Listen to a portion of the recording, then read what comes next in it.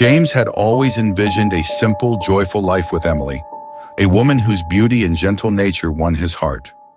Their wedding was a picturesque affair, filled with hope and promises of a bright future.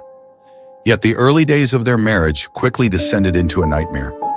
Emily, who had once been affectionate and warm, began to act distant and cold. Her behavior became increasingly erratic, and James found himself bewildered by her sudden transformations. At times, she seemed completely detached, as if a dark force had taken over her. One fateful night, James reached out to Emily, trying to reconnect. Her body went rigid, and a voice that was not her own, deep and malevolent, emerged from her lips. "Stay away from her. She is mine." The voice was filled with a dark, possessive rage, sending chills down James's spine. It was a man's voice, not Emily's, and it spoke with a terrifying sense of ownership. The ghost identified itself as Sebastian. He revealed that he had been infatuated with Emily since she was just 14. "I am her husband," Sebastian growled through Emily's voice. "I allowed this marriage to happen only because she begged me to, for the sake of her parents, and because she did not want to defy them. But I will kill you if you attempt to be intimate with her again." Fear and confusion paralyzed James. Emily, in her moments of clarity, had no memory of these terrifying episodes. Despite the warning, James, desperate to salvage some semblance of a normal marriage, tried again a week later to be intimate with Emily. He approached her gently, hoping that the spirit had perhaps moved on, or that the exorcism had weakened its grip. But the moment he made contact, a violent force hurled him off the bed, sending him crashing onto the floor. The impact was brutal, and James felt a sharp, excruciating pain shoot through his shoulder. He cried out as he realized his collarbone had shattered from the fall. As he lay on the floor, writhing in pain, he heard Sebastian's voice echo through the room, cold and furious. "I warned you, James. She belongs to me." Emily had two sisters, Anna and Laura. A dashing man named Mark engaged Anna. As James learned from Sebastian, Mark was also under the influence of a vengeful spirit, Victor, Sebastian's cousin. Victor had harbored feelings for Anna since they were children. One day, Victor's voice emerged again, taunting James. "Watch closely. My cousin will soon claim his prize. He has warned Mark, and now he will face his fate." The warning proved to be chillingly accurate. Mark died in a suspicious car accident on a desolate road near the ominous Blair Manor. The police were stumped, but James knew the sinister truth behind the accident. The specter of Sebastian's wrath was far from over. Sebastian's attacks on James grew more violent and relentless. Whenever James was alone in his car, he felt an otherworldly presence manipulating the vehicle. The car would lurch forward uncontrollably, swerving dangerously and nearly causing fatal crashes. Each incident left James shaken, injured, and financially strained. Fear dominated his life. Fear of driving, fear of sleeping, and fear of being near his own wife.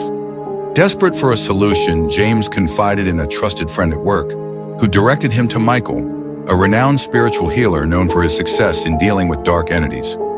Michael agreed to visit their home to assess the situation. Armed with ancient relics, sacred texts, and a firm resolve, Michael arrived at the residence. The moment Michael entered, he felt the heavy presence of Sebastian's spirit. As Michael began his rituals, chanting prayers and burning sage, the atmosphere in the room grew colder. Emily's eyes turned a disturbing shade of black as Sebastian possessed her once more. His voice roared with fury. "You will not take her from me." Undeterred, Michael spread salt in a protective circle around Emily and lit sage to purify the space.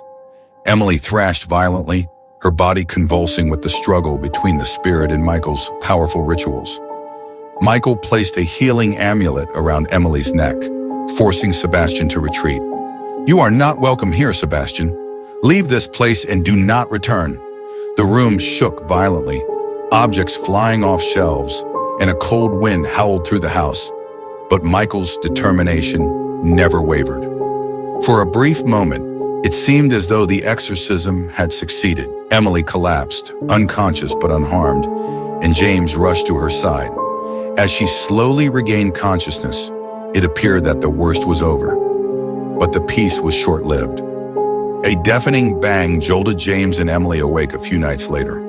The bedroom door burst open, and Sebastian and Victor's ghostly forms stood before them, their figures illuminated by an eerie, otherworldly glow. "You think you can banish us so easily?" Sebastian's voice boomed. "We will never leave. We are bound to them, and they to us." Michael was ready for this final confrontation. He stepped forward, holding a vial of holy water and an ancient book of incantations. "Your reign of terror ends tonight," he declared resolutely. He splashed holy water on the spirits who screamed in agony. Michael began chanting in a forgotten language, each word pushing the spirits back. Chaos erupted in the room, with furniture flung around, windows shattered, and the walls pulsed with dark energy. Michael continued his incantations, his voice rising above the storm of supernatural fury. With a climactic final spell, he thrust a relic into the center of the room. A blinding light erupted, filling the space with a searing brilliance.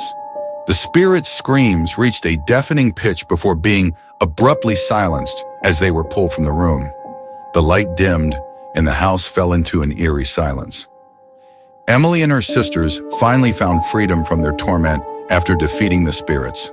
The healing amulet remained a symbol of their liberation and protection. James and Emily could now rebuild their lives, free from the shadow of the Blair spirits.